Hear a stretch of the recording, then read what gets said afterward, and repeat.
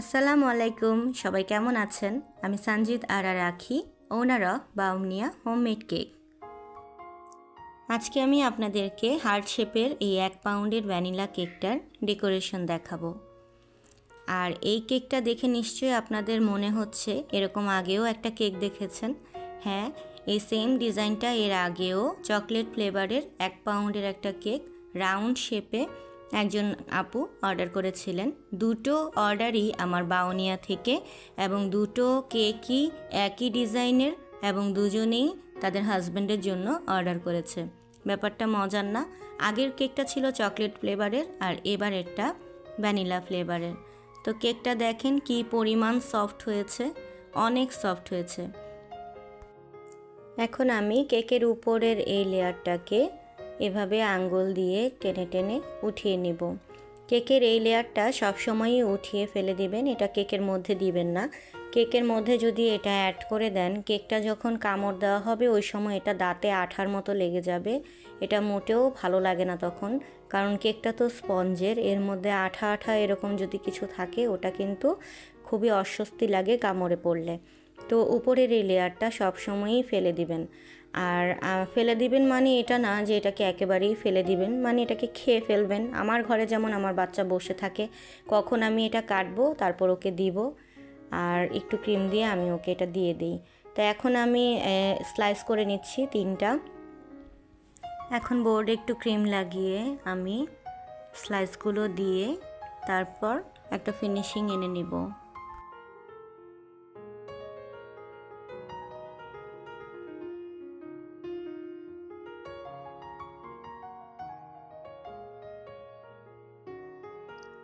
তো হঠাৎ করেই কাজ করতে করতে আমার পাইপিং ব্যাগটা ফেটে গিয়ে ক্রিমগুলো আবার পড়ে গেল। আসলে শীতের কারণে ক্রিমটা খুব সহজেই শক্ত হয়ে যাচ্ছিল। ক্রিমটা একটু আগেই মাত্র আমি বিট করে রেখেছিলাম, কিন্তু এই কেক কাটতে কাটতেই ক্রিমটা শক্ত হয়ে গেছে। তো তারপরে আমি ক্রিমটাকে আবার একটু নর্মাল করে এরপরে পাইপিং ব্যাগটা চেঞ্জ করে এরপরে কাজ শুরু করলাম।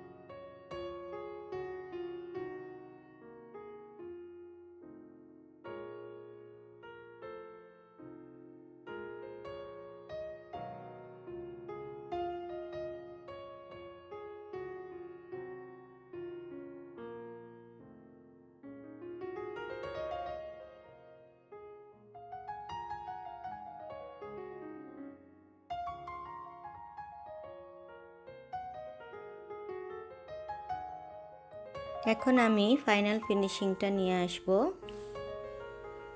তাই এখন ক্রাম কোটিংয়ের পরে আমি চারপাশে আবার ক্রিমের লেয়ারটা দিয়ে দিচ্ছি, আমার যেই কালারটা পছন্দ সেই কালারটা দিয়ে।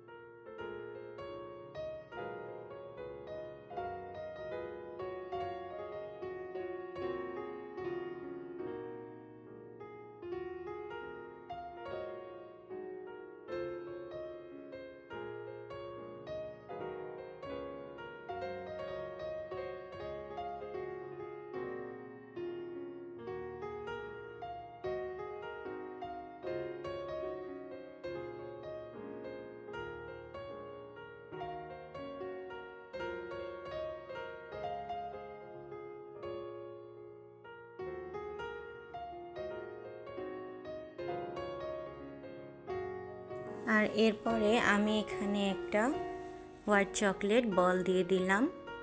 আর আমি সব সময় আমার কাস্টমারদেরকে আমার তরফ থেকে কিছু না কিছু গিফট করি চকলেটের বানানো।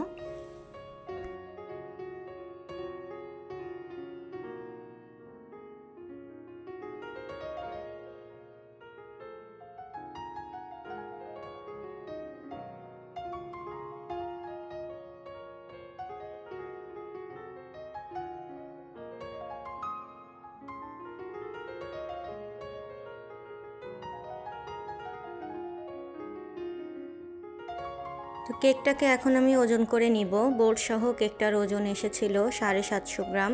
এখানে বোর্ডের ওজন হচ্ছে 120 গ্রাম।